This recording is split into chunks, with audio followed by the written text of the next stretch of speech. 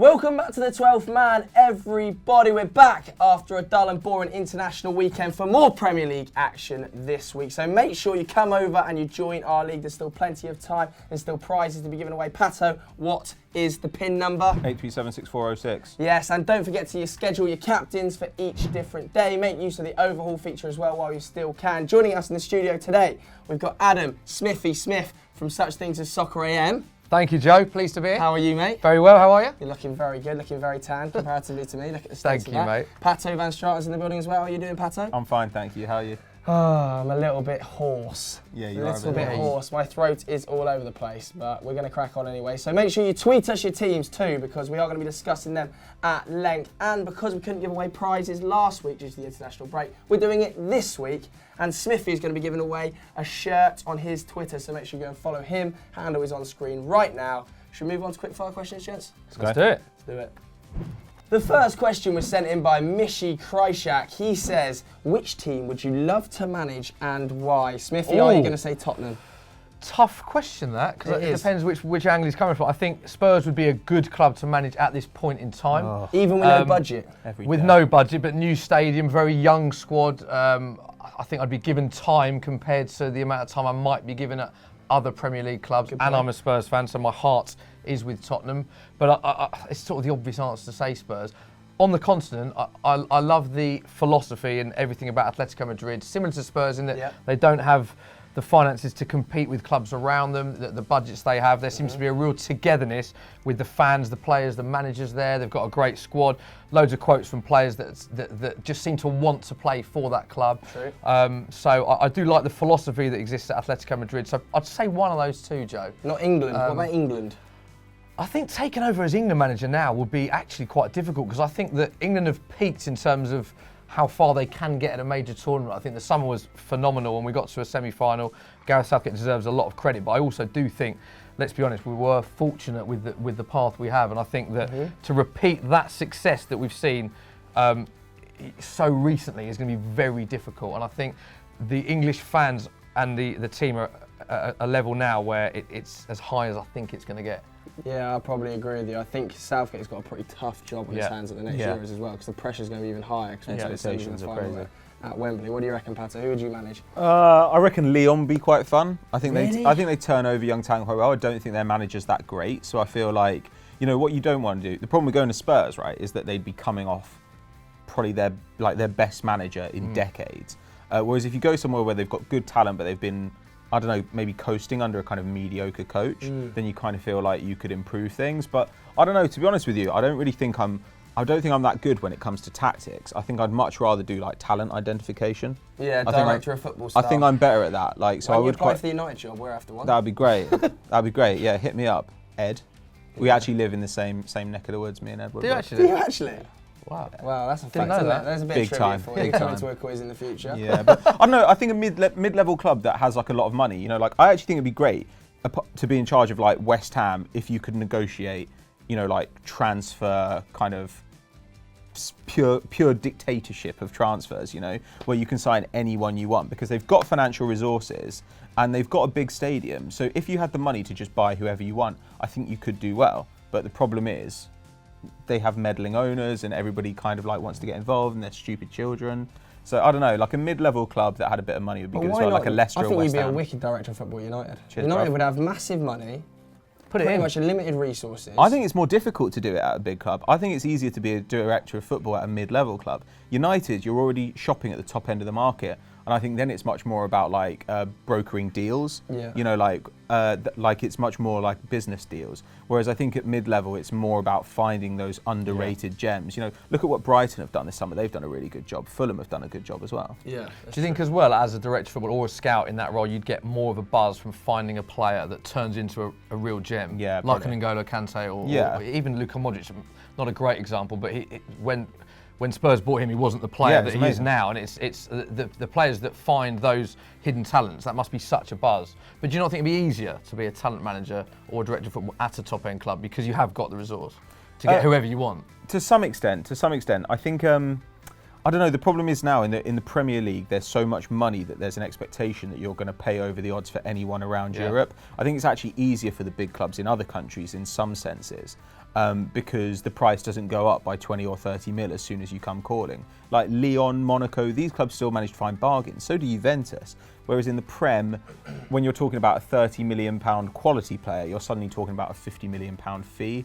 And I think that maybe complicates the issue a little bit. But I don't know. I think it would be fun to be at like Borussia Dortmund or something and try and find talent for a club at that level. I think that'd be a really exciting job. I was going to say Borussia Dortmund is my potential team to manage. I think they'd be such a fun team to manage. Yeah. Like, their philosophy also is not that we're going to sack. I know they sacked Peter Bosz last season, but their philosophy generally hasn't been we're going to sack managers quickly. Although, having said that, they have had two of the most exceptional young managers of the last decade in Klopp and Tuchel, haven't they? Yeah. So, second to that, maybe Chelsea. Just because I'll be there for 2 years, take a £15 million severance package, and then leave and go and live in a house in Cheshire. Yeah, I feel like you're guaranteed to win the league in one of those seasons as well. Yeah, you're going to win the league in one of those seasons. You're going to get a massive amount of money, you're going to come 10th in the other. massive amount of help, and then I'll just take massive money and leave. Why Cheshire? That's very specific. That's where they all end up, That's where everyone lives, isn't it? All the posh footballers. There you go. And posh people footballers. Like that. They all seem to live in Cheshire. Also, Nottingham Forest. I'm also always Nottingham Forest. Great stadium, City Ground is a Why? lovely stadium. I don't know, man. There's just something about the history of the club. I think What, you want to be Clough? draws me in a little bit. The next Clough, even though I'd be a disaster as a manager. What about Exeter? People would despise me. I think you could be James's you could be a good man motivator, but I think once the wheels came off the wagon, everyone would hate you and sell stories about you to the paper. Tactics-wise, I'd be an absolute disaster. Yeah, so many stories would come out the woodwork as well. Just some awful videos. A lot of videos, yeah. A lot of videos. Yeah. Let's go on to the next question then. This one was sent in by Kunal_S_98. Who is the one fantasy football player you will not drop from your team and why? Ooh. Pat, so you may as well kick us off on this one. I think probably Naby Keita. I think the good thing about Naby Keita is he's going to complete a lot of passes and he's going to make a lot of tackles and interceptions, even if he's having a bad game. Yeah. Even if his dribbling isn't coming off, he's still going to be defending. He'll still get you bonus points. He'll still be passing. He'll still get you bonus points there as well. And Liverpool's defence is generally going to be pretty solid all season long, so he'll get the odd bonus point there too. I think generally, you know, those guys like Jorginho might have a game where he's not really at the races, but he's still going to pick you up, 5 or 6 points every week. And so as a result, I think those are the guys who just keep you ticking over. Even if your strikers aren't firing, even if your defenders get sent off, those guys will probably be fine. What have you made of Naby Keita's start to the season for Liverpool? He looks outrageous. He looks like exactly what we thought he'd be. He can play multiple roles. He is able to create space even against sitting defenders because the team can't basically just sit on Salah and sit on Mane and assume that the midfield won't be able to get through on their own anymore. Keita can pretty much do everything. And now Liverpool have got so many different weapons, you can no longer mark particular guys out of the game. I think that's a good point, actually. And where I agree is that you look at Liverpool last year, and Salah was fantastic, but I felt like they were very reliant upon Salah. Yes. Firmino, and obviously there were other players that contributed to a successful season for Liverpool, but the fear now as an opposing team, because Spurs are playing Liverpool this weekend, is that there's so many ballers all over the pitch. Yeah. And Naby Keita he's such a complete player as well. That's the thing. You look at a lot of other midfielders, and N'Golo Kante, great defensively. You look at other players that are great going forward. I just feel like Keita's got everything to his game. And then as soon as you start to alleviate Keita, it frees up Salah, it frees up Firmino. They've just got, I thought Liverpool's transfer business in the summer was just phenomenal. A, because of the players they bought in, but B, with how early they did their business as well, which is a massive frustration as a Spurs fan, that we seem to leave everything to the last minute and then buy no one. I mean, Naby Keita would have been brilliant for Spurs. Oh, but obviously, Liverpool, the move to get him last summer, but they identified willing, exactly that. To let him settle and leave him in Leipzig for a whole another season just so they could get hold of him is brilliant business. Apparently, he's a great person as well, like with just zero fuss off the pitch, very shy personality. He's the kind of guy that you can imagine just causing no fuss off the pitch. Such a good player. Who have you gone for, Smithy? It's a bit of an obvious shout, but I would say in my team, Sergio Aguero is just someone that I at short term just can't take out. My fear for him last season was that game time, obviously, Pep was rotating that position a little bit, didn't play as much, which, again, I think Sergio Aguero is a phenomenal player, and he had a few niggly injuries as well, so that was my slight concern. However, looking at him this season, I just think he is on absolute fire, out-and-out goal scorer, gets a lot of assists. He's running in behind the lines, the channels, his touch, he's just got everything to his game, and I just think City are going to score so many goals this season. And where City are different to other teams around them is I think that they might drop the odd point here and there. Of course they will drop points. They're not going to win every single game. But I think they will batter certain teams, 5-6. Yeah, and I can see him scoring hat-tricks in certain games. And so did I you can't take him out of my Did team. you guys see the Amazon Prime documentary? Obviously, he talks about at the end of it where he's just had knee surgery and I think he misses the last 2 months of the season or something like that. And he says that I've had a knee injury for 5 years. And he's now got it fixed. And to me, it genuinely looks like 2013 Aguero again this season. That's how sharp he's looked. I think he's going to be nailed on for the Golden Boot this year. Yeah. I just think Harry Kane looks a bit leggy early doors. And I think come April, it's going to be even worse. He's going to have no time to rest. So I think Aguero is a great shot. I'm going to go for Eden Hazard, though. I think Eden Hazard under Maurizio Sarri is just unplayable. Even in the first few games of the season when he's come on sort of 30 minutes left to play, obviously didn't start because of going deep into the World Cup, but he just looks on a different level, doesn't he? I mean, his goal, who was his goal against last weekend, the weekend before the international break, where he's just smashed it through the hands of the goalkeeper. He just looks so sharp. I think Eden Hazard will have his best season in a Chelsea shirt. I think it might have been something like Bournemouth. And they scored this outrageous goal at the weekend as well against Wales on the international break. Like he's grown a left foot somehow, and it's just horrifying. In fact, I think that was the goal I'm thinking of, Wayne Hennessy. Oh no, he scored 2 left foot goals recently. But I think he could be in for the best season of his Chelsea career under Maurizio Sarri, because Chelsea are nailed on going to score a lot of goals, creating a lot of chances. So I'll go Hazard, Aguero, and Pat's gone for Naby Keita. But who do you think it's going to be? You can vote in the poll up there. Just click that I button to get involved right now. The next question was sent in by Oscar Store. He says, who is the best signing for your club and why? Now, Smithy, you are going to have some trouble answering this question. No one, because we didn't sign anyone. So I'll give you last season as well to answer this one. Last 2 seasons. You're quite right. We didn't sign anyone. First team since the summer transfer window started that a Premier League team hasn't signed a player. Which, Joe, you regularly mention that to me. But I'm going to point out Lucas Moura, because when we signed him, I said to so many people, this is a fantastic signing for Spurs. And what I like about him is that I thought the price tag was fairly low in this. We were talking about the current market earlier, and what we paid for him, I think, is a snip really for what he offers. But the reason that I said from the very start, I think he's a fantastic signing for Spurs, is because in the position he plays, he offers something completely different to what Spurs already have. We've got fantastic ball players that read the game brilliantly, that contribute to goals. You know, Ericsson. Dele Alli, Son, but we don't really have anyone with pace in our team that plays in behind. So when we bought him, I just thought it adds a completely different dimension to our team. And even that last season at PSG, he was scoring goals, he was contributing to goals, and he will get, I said at the start of the season, he'll have a massive season for Tottenham this year. And I think the fact that Son had to go away to play in the Asian Games has done him a huge favour, because don't forget, he didn't actually start our first game, and he's taken that opportunity so well because Son's away. Premier League Player of the Month, and I expect him to retain his place and have a fantastic season. Are you surprised at how much like a forward he's playing rather than like as a winger? It seems like he's playing almost in a front two rather than as a wide player. I am actually, because Ali likes that role as well. We sort of tend to play with the 3 in behind the 1, but I think it's because they're trying to relieve a little bit of the pressure on Kane. We spoke earlier about the fact that Kane is not. I think Kane is fit, but I don't think he's match fit. I think he's suffering from a bit of burnout, and I think that he's trying to play more of a supportive role to alleviate the pressure from Kane. You saw at United, it's almost like Poch said to Moore at half time, just don't worry about any defensive duties, play with complete freedom and support Harry Kane. And he was, man of the match, scored 2 goals. Did you watch that game? I didn't actually. I didn't. I was on holiday. I was actually on a plane going on holiday, and then I landed and we lost 3-0. So wasn't particularly happy. But although I've heard we seem to actually play quite well. I don't really know. In the first half, to be fair, first half you're right. Yeah. So you're going to go Lucas Moura. I will go Moura. Pato, what about Arsenal? I think it will prove to be Lucas Torreira. Lucas Torreira is obviously a proper defensive midfielder who's come from one of Europe's elite leagues, and that's what Arsenal have needed for a long time. So far this season, they've been playing Guendouzi and Xhaka, and Guendouzi, while looking far more promising than I thought he would, he's not a defensive midfielder. His positional sense is a bit dodgy. He attempts really risky passes from that deep position, and I don't think that an experienced defensive midfielder does that. They understand that their role is to relieve pressure and not invite it.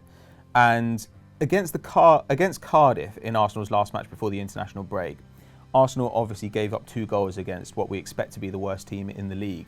But when Torreira came on late in that match, he obviously grabbed an assist, which was a little bit lucky because it wasn't exactly a big chance he created. but got an assist. His passing looked excellent. And more importantly, suddenly Arsenal had that defensive presence in the middle of the field. There were times, you know, when guys were getting surrounded by opposition players and you can feel the danger coming. And Torreira was always there, snapping into tackles, relieving pressure, getting the ball upfield and giving it to the attackers. And that's just what Arsenal have needed for a long time. He's 22 years old. And really, he's just like one of those guys who is going to do a lot of defensive work, but won't slow us down in possession. Whereas the problem Arsenal had is the only guy they've had since the days of Gilberto Silva, who had big defensive output, was Francis Coquelin. But he was so poor on the ball that he made everything else kind of a little bit sticky and a little bit sluggish. I think Torreira is going to be able to fill both those. I can't understand So would you that. start, start him and Xhaka? I think that you probably have to start him and Xhaka. I think long term it'll be him and Guendouzi. Yeah. But the thing about Xhaka is Arsenal struggle to get the ball upfield without Xhaka. And when I hear people say Xhaka's terrible overall, I agree in a sense because I don't like Xhaka. But he is really good at one thing, and that is getting the ball upfield. Last season, only, I believe it was Ozil and Fernandinho got the ball into the final third more than Granit Xhaka. That's how good he is at passing the ball upfield.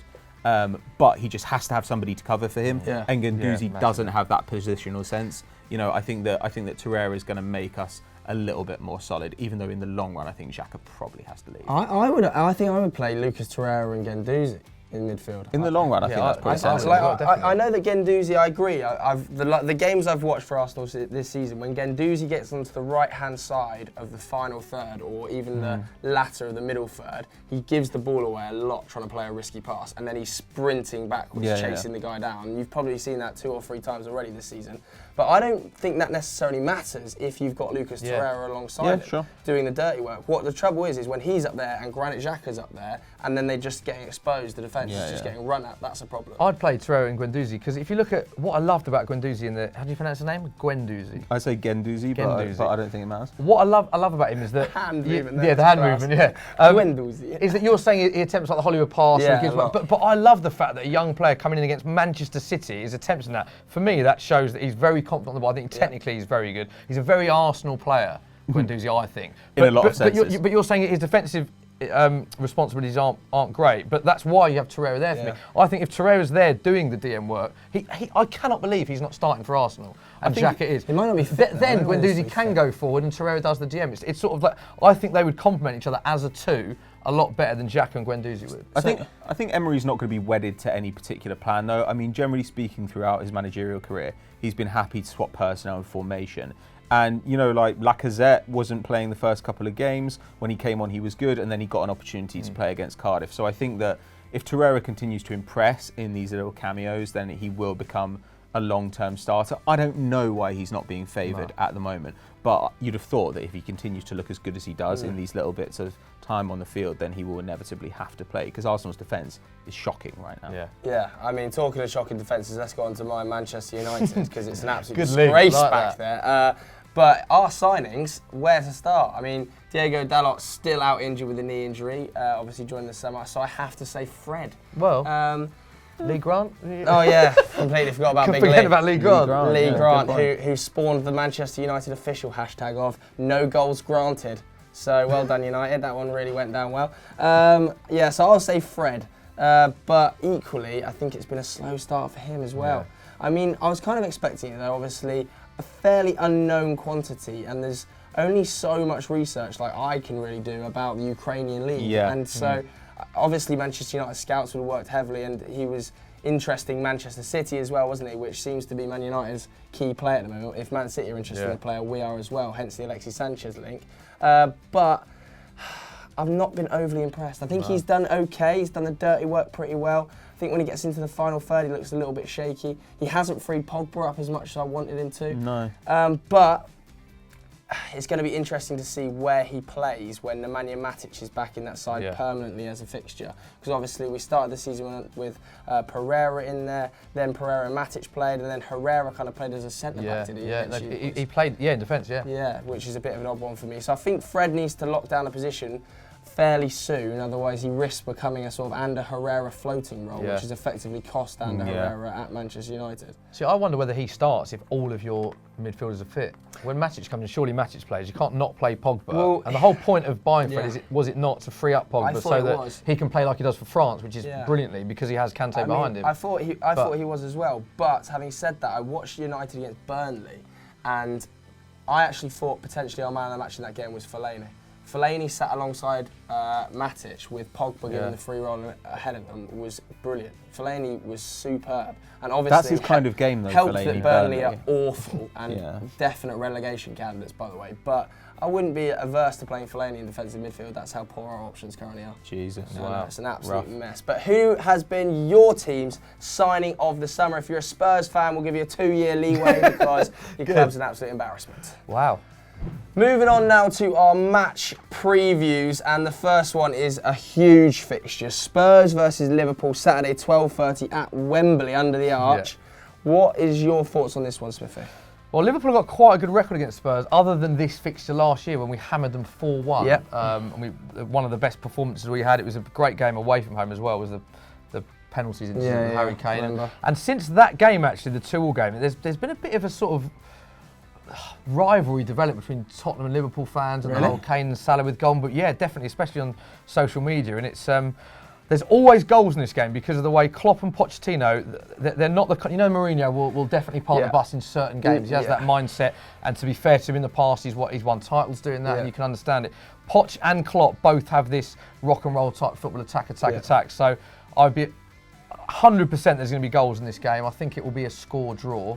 Yeah, I think it'll be a very attacking game. How would you line up? Would you bring Son straight back in, or are you leaving Moura in the side? I wouldn't bring Son straight back in just because Moura's been our best player of the season so far. I think it would be incredibly harsh to bench Moura. Also, Dele Alli's just pulled out of the England squad with a niggly injury, although I do expect him to be fit for club football, which we see a lot. There's a surprise. And Lamela also is not fully fit as well. So just given the pure number issues that we have, I'd be amazed if Moura didn't start. I think he will play Eriksen, Ali and Moura. I expect Ali to pass a late fitness test. Some will be on the bench, and I wouldn't be surprised, Kane will obviously start, but I wouldn't be surprised if Kane doesn't play 90 for that, especially if he plays midweek for England. Then you see Son being brought in potentially as a I can't believe Kane's played as much football as he has. No. Ever since that Bournemouth injury where Begovic rolled his ankle, he's just never looked the same. I think his shot numbers are nearly halved, haven't they, since more than since he was taking 5.5 shots a game last season before the injury, and it's been about 2.5 since, which is really worrying. Like, now most of those shots are shots from range. He seems to not be taking.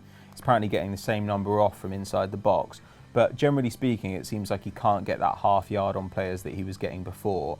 And he always had this ability to take shots a little bit earlier than the keeper expected, take them by surprise, and whatever it is, there's just, like you said, it's just a bit of sharpness missing. But the question is whether he needs a long time out to rest, or whether it's something that could kind of come back to him while still playing for the club. Well, it's interesting, because that injury, a lot of people forget that he was ruled out for weeks later than actually when he made his comeback. It was something like, I think, 8 weeks after the Begovic injury, and he was on the bench, I think, 4 weeks later against Chelsea at Stamford Bridge. And the interesting thing about that was we won that game 3-1, and Kane didn't start. And I think he brought Kane on. It was like, why are we making these substitutes? He was rushed back. So I don't know whether he was, I think he was obviously healed, but I don't know whether he was match fit at that stage. Ended up playing the whole last end of the season and then going straight into a World Cup. So he hasn't actually had, I don't think, full rehabilitation and rest from that injury. I think is a worry. I think in this game, I think you might see the power of Liverpool's midfield overrun yours a little bit. I feel like in the summer, Spurs really should have chased the central midfielder harder than they did.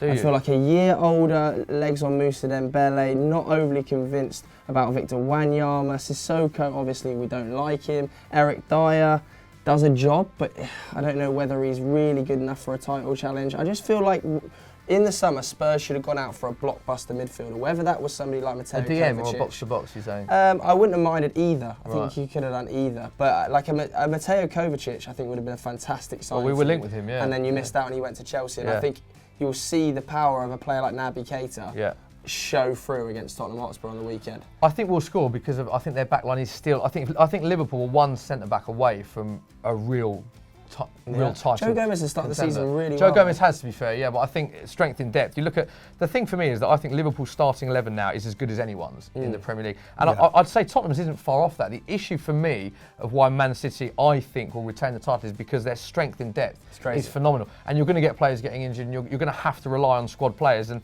their bench against Wolves was frightening, and I worry for Spurs certainly on the bench. I mean, you look at Kane gets injured, you bring on Llorente, and the difference in those two players is staggering. Yeah. Or you bring Son into a false nine, but then you're taking Son out of his natural position and you're playing him somewhere where he doesn't really want to play. Yeah. And I think Liverpool are going to push City very hard. I think Liverpool's starting 11 is fantastic.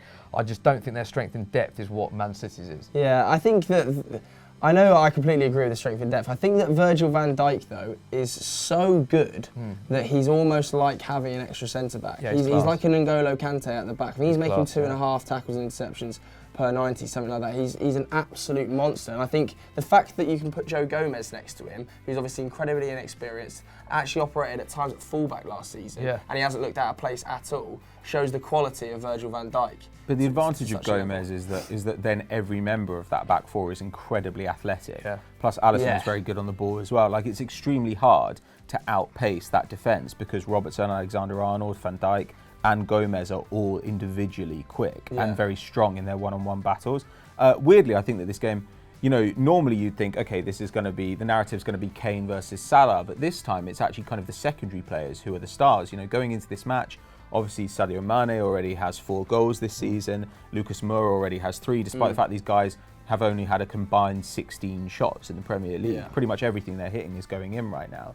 So it might be interesting to see who can create the most space for that second forward, that kind of inside forward. Yeah. Because actually, I'd say that this is now one of the best matchups to watch in the Premier League for the neutral. I'd say these games are always good, always good.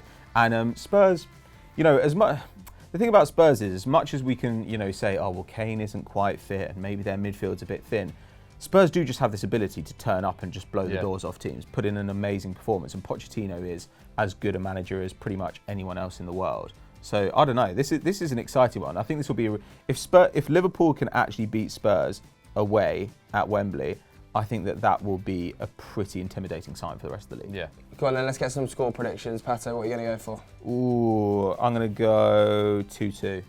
2-2? Yeah, why not? Yeah, I'm going to say 1-1. I'm going to go 2-1 Liverpool. Oh, I think Liverpool might just nick it. I don't think Spurs win this game. But what do you guys at home think? Leave your predictions below and we'll see what happens. Come on, you Spurs! The next game we're talking about is Everton versus West Ham, Sunday, 4 o'clock. Now, this is effectively a tale of two teams that cannot defend. What are we expecting from this one, Pato? What do you think? Goals, probably. Yeah. Like, I mean, Marco Silva, I like him as a coach, but I don't think he's a great defensive coach. And these teams between them in, 8 games this season have conceded 16 goals. That's really not heartening for either side. I mean, in West Ham's case, I kind of see it a little bit because they failed to strengthen that defensive midfield zone. They went and got Carlos Sanchez, I presume to supplement Obiang, but neither one of them seems like they're trusted as a defensive midfielder. Yeah. And the guys around them are horrible defensively. You know, Noble, Wilshere, these guys don't have any legs. They cannot cover. So that's a bit troubling. Whereas Everton actually have a fantastic defensive midfielder. Idrissa Gueye has been making 4.7 tackles per game this season, leads the league, and a couple of interceptions as well. But somehow they're just porous at the back. They're still trying to bed in new talent. Yerry Mina has been injured. Jagielka got sent off. Yeah. Zuma is coming off a horrible season and has also spent the last couple of years struggling with injury. And Michael Keane's fractured his skull now. Fractured his skull. They've been really unlucky with that. And also I think Michael Keane is I like Michael Keane fine, but he seems like a weird fit for an Everton team that wants to be expansive. This is a guy who made his name in a very deep conservative block at Burnley, so it seems a bit of a weird mix. But I don't know really. I think that West Ham's downfall so far has been that lack of defensive midfielder and also a really tough schedule. You know, they've gone away to Arsenal, they've gone away to Liverpool. What do you expect? Whereas Everton seem like they have a better spread of talent through the side. But my God, I mean, anything could happen in this game because I just pretty much don't really trust anyone on the field. Yeah, man. Well, I've got Felipe Anderson in my fantasy team because He looks great. He He looks great. Coming into the season, I thought he was going to hit the ground absolutely running, and he looks almost the only creative threat that West Ham have. Yeah, Obviously, they've got Marco Arnautovic kind of spearheading the side, and he does look a threat on his day, but that day arrives once every 10 games, once every 5 games. Did you see the West Ham Arsenal game? It was he was on the ball and got in so much space, created so many chances, but just didn't finish them. Like, if you actually analyse his game and the defenders that he lost, the positions he got in, fantastic. But he didn't take. He missed so many chances. But I do feel like it must be so frustrating. But that's for the West kind Ham of game fans. he likes, though. I think as well. You know, Arsenal are going to give you space, and a lot of their defenders are a bit weak physically, and I think that Arnautovic likes that. Whereas I don't know, there are other clubs in the league who are just going to cut off service to him, and then he sulks and he doesn't do anything. But I do think Felipe Anderson is pretty much ready to go. I think you'll see Felipe Anderson in the next 2 or 3 games just start to find his feet, and then he'll blast through a few teams. Smithy, what are you going for in this game? What do you think of it? I actually think it could be quite entertaining because I think there'll be goals in it. I don't think either team have started the season. I mean, West Ham have been abysmal, haven't they? It's kind to just say they're bad at the back. They've been bad throughout, really. Dreadful. I mean, 0 points off this run. And also, have you seen West Ham's run of games isn't easy coming up either. It's hard. So they're in, and they the can't amount get of rid of money they Pellegrini. spent. Can't Get rid of Pellegrini. He spent all this money, so they have to trust him now.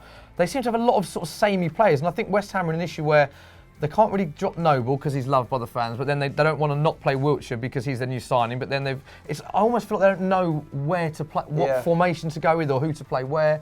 Everton, I think they're great. Richarlison, I'm a huge fan of. I actually think Theo Walcott's going to have a very good season for Everton. I think he'll play a lot of games and he contributes to a lot of goals as well. They've got a lot of options there. Tom Davis, there's a lot of players there. I don't really rate Cenk Tosun, if I'm being honest. No. I don't think he's when he plays as a striker, he's not going to get them 20 goals. I don't think either of these teams are going to have great seasons, really, because I look at the players they've bought and I'm not bowled over by them. I think it'll probably be quite an entertaining game. And just for the fact that I think West Ham, they must pick up a point sooner or later. I think this will be a draw. Yeah, what score are you going to go for? 2-2, mate. 2-2. Goals galore. 3-1 Everton. Wow. 3-1 Everton. I'm going to go for 1-0 Everton. I think it's going to be a boring one. I just think these two teams are so average. Talking of average teams, let's look at Southampton versus Brighton. Monday night football, of course. Both teams have 4 points from 4 games. Southampton are in 12th for 0 goal difference. Brighton are in 14th. So this truly is the battle of the mid-table sides. Pato, you hate Mark Hughes, don't you? I despise him. He's terrible. Hate's a strong word, is it? Or is it? So, what are your thoughts on Southampton's start to the season? Southampton have been better than we expected. I guess they finally got a striker. Well, I don't know. They tend to always have a striker who'll produce for like 5 games and then they'll get injured. And Danny Ings is the perfect example of that type. He's had a great start to the season. I fully expect that he'll go down with a knee injury that will keep him out for 3 or 4 months at some stage, and they'll be in trouble again. But you look at both of these squads actually, and they've got really nice talent. Like Southampton have got really good players. I really like Lemina. I like their fullbacks. And as for Brighton, we went on and on about their recruitment in the summer. The only problem is they're not actually using those players yet. Bissouma has been used off the bench mostly, despite the fact that he looks great when he comes off the bench. You know, they were 2-0 down the other day against Fulham. Bissouma comes on, it ends up 2-2. Now, that's a little bit simplistic, but at the same time, suddenly they looked like they were able to get through lines of the press. Suddenly they looked like they were able to get into the final third and also prevent counterattacks, and that's what you expect from Bissouma. Jahan Bash has yet to really get regular minutes in the side as well, and I think that he will really improve their ball progression, especially because it will prevent defences kind of keying on Pascal Gross too much. So I don't know. Overall, I kind of think that Brighton should have a better season than Southampton. But you know what? Like, Southampton have gone off well, and actually Mark Hughes tends to start well, and then his sides fall apart. Yeah, and as we said in the summer, I was personally really surprised. I think we all were that they managed to keep hold of Lemina. Now, obviously, I think it was helped by his contract situation, but I think he's producing like 5 tackles and interceptions per 90 this season. He's incredible at ball distribution as well, and I think there are a lot of teams in that top 10 that could have used a player like Lemina. Now, I'm not saying Tottenham should have signed Lemina, but there would have been worse options in the league than picking Lemina. Very good kind of Moussa Dembele-like player. Yeah, completely. And I also have been surprised by Southampton's good start to the season.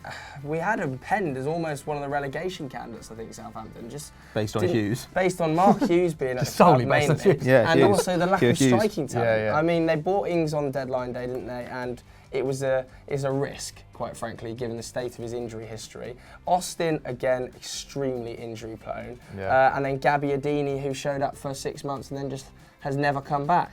Yeah. So I think Southampton are slightly overperforming. I think that Brighton will really cause them some problems in this game. I think it'll be a tight one, maybe a draw for me. You think a draw? It's a tough one to call this, isn't it? Yeah, I know. Really Score tough one predictions, to call. Smith, You want to score prediction straight away? On the spot, I'm going to say 2-1 Southampton. 2-1 Just 'cause Southampton. I didn't even have time to think about it. I'll go for 1-1. I think it's going to be a tight one, this one. Yeah, I'll go 1-1 as well, I think. But what's your thoughts on Southampton versus Brighton? Who's going to come out on top there? You can vote in the poll up there by clicking the I button right now.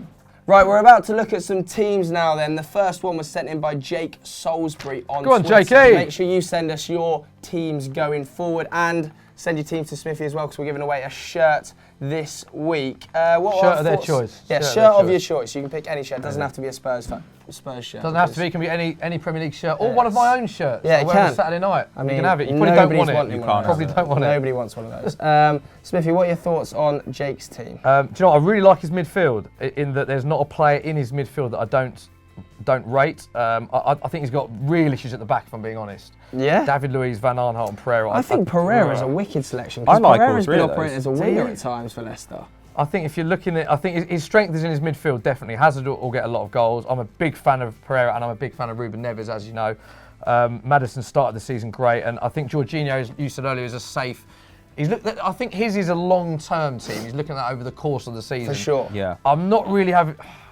Now Kane's up front and you're not having his front line. I'm not really having his front line for two reasons. One, I'm looking at short term, and I think Kane, if he plays again for England against Liverpool as well, do I think he's going to score 2 or 3 goals against Liverpool? No. And I'm not really having Mitrovic, if I'm being honest. I think it's a fantastic midfield. I think there's a fantastic midfield, but I'm not sure about his front two, if I'm being honest. Pato, what are your thoughts? I like his back line, you know. Do I think you? Van Aanholt and Pereira are very attacking fullbacks, and Luiz is doing so much distribution from the back that you're going to get pass benefits and tackling interception numbers. Plus, I think that you will get the odd chance created, and so he may well get an assist or 2 this season. Keeper, I don't really know. I think that probably there's better value for money than Kepa. But generally speaking, I think it's fairly solid all the way through. I do think there are probably some marginal gains that could be made. I reckon that Pereira, there might be a time to kind of sell high on Pereira and get out, because I don't think he's going to maintain this form. They're playing Man United as well. His shots and key passes are not spectacular. So while he's scoring a lot and assisting a lot at the moment, I wouldn't expect him to put up huge numbers over the course of the season. But you know what? In the short term, I think it's good, and I think it's the bones of a very good side. Yeah. The midfield's good. Midfield's very good. Yeah, the midfield is good. However, Smithy, let's look at your team. This is an abomination. Because this is a joke. This is a state. Awful. Abomination, and a half. joke, awful and state, I think are strong words. Can I just say my mindset going into this? Go on. I'm looking Rubbish. at short term. When I do fantasy, so You're trying to win a done shirt. this. So Is that what you're saying? you're going short term. I'm You going- picked Deeney, who's got United. I'm going short. That's the one exception because I ran out of money. They're all playing. Look at the teams they're playing against: Cardiff, Fulham. Do you see what I'm saying? Burnley, Leicester. There's points to be Tottenham, made there. Liverpool. Man United. Brilliant. Aguero captain, goals in him. shout. Morata does get points as well. I think there is an assumption that Morata doesn't get a lot of points. He does contribute to goals. Cardiff at home. going to hit form soon. Walcott is going to have a big Cardiff at home as season. Cardiff at home for Morata, he's going to pick up points. James Milner is your safe fantasy football team. Away at Tottenham. Do you think I think James he's going to play Milner- 90 minutes. He's going to be contributing to a goal. He takes penalties. He's a safe option to have. Lucas Moura. Do you think when Fabinho's fit, Milner plays? It's a good question, that. He'll get some minutes this season, especially once the Champions League starts. I Yeah. think he will play. I think maybe. Milner will play, yeah. He's a good It's going to be player, at the Milner. detriment of either Henderson or Milner. Do you know what? That's going to be really interesting to see who Liverpool play when everyone's fit. Yeah, I know. Really Because interesting I think Milner, his minutes on the pitch will become extremely. I think we need to So- talk about Azpilicueta and Pickford, because those Can are I both just ask you about the front disastrous six, choices. though? I will agree with you. It's not amazing at the back, but That's an understatement. horrible. Nathan Ake. Horrible Walcott, at the Walcott, Milner, Moura. Tough to say that. Aguero, Morata. You don't think there's a lot of points there going I mean, forward? there's a few. There's a lot of goals There there. are some, but Against I don't know. Cardiff and Fulham. It's You've got a lot of offset by the injury-prone state of guys your there. backline. Injury prone. Yeah, and I reckon Deeney, you can get better value out of him somewhere else on the pitch. I mean, you know well- what? Maybe instead of getting an £8 million forward and a £10.3 million defender, swap You say that, those. but Azpilicueta has accumulated a lot of points But for Chelsea the thing this about, season. The thing about Azpilicueta is they will get clean sheets, but he's not going to be heavily involved in the attack. And I just think that like what you really want is you want guys who are going to do distribution out of the back or are going to create chances as fullbacks. And Azpilicueta's not that guy. They're a left side So dominant. Alonso would be better because he He's- contributes he's more. more They're a expensive left than side. Benjamin Mendy. They're a left side dominant attack. Get Benjamin Mendy. Is he though? Yes. Is he actually? Yeah. More importantly, he's the same price as a Mesut Ozil. He's the same price. He's the same price as Zaha as well. I did have Zaha, but he's facing a late fitness test. So I think I've definitely looked at this short term. This is my prediction. I think I will gain more points than the fan over this weekend. Long term, he's got a better team. Give it to him. But 8.1 million for Nathan Ake. Like this guy, he's paid 7.6 million for Pereira. Like I just think with Ake, this is the Chips thing. him with goals though. No, in terms of does he? your argument with defenders, Ake does chip him with goals. A Yes, little- Bournemouth concede a lot. Not consistently though. Like I mean, obviously, yeah. If you've got defenders, they're going to score from the odd corner or whatever. But my issue with somebody like Ake is he's a good player, and that's why you want to pick him. But you don't want to necessarily pick good players. You want to pick players who are going to consistently pick up points, and that's why I think that somebody like Van Aanholt is probably a better pickup than Ake. Even though you might incorrectly argue that Nathan Ake is a superior player. They're both Dutch. They're I both also very, think Connor very good. Cody's an odd selection. You could get Willy Bolly for about the same price. He's so cheap. Connor Cody was. I ran out of money again. Yes, 100%. And what were you thinking with Jordan Pickford? He's conceded about 400 goals value in the for past money, 3 seasons. and they're playing West Ham. Is he what I'm value for money? thinking. 7.2 million. That's Yeah, quite pricey. I had Azpilicueta. I had Alisson in. Apologies. But isn't Alisson But like they're playing 0.2 more? Liverpool. They're playing Spurs. Sorry, I think they'll concede. And Jordan Pickford is playing against West Ham. Well, I don't think. Yeah, but he's playing for Everton, who are rubbish. Smithy. It's a value for money thing, though, isn't it? It's not. It's not value if he's. Like, I think short term, that's a very good team.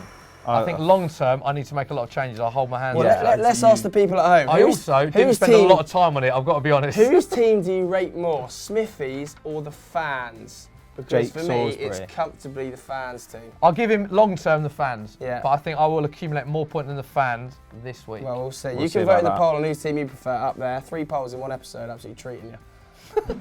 So that's the end of the 12th man for yet another week.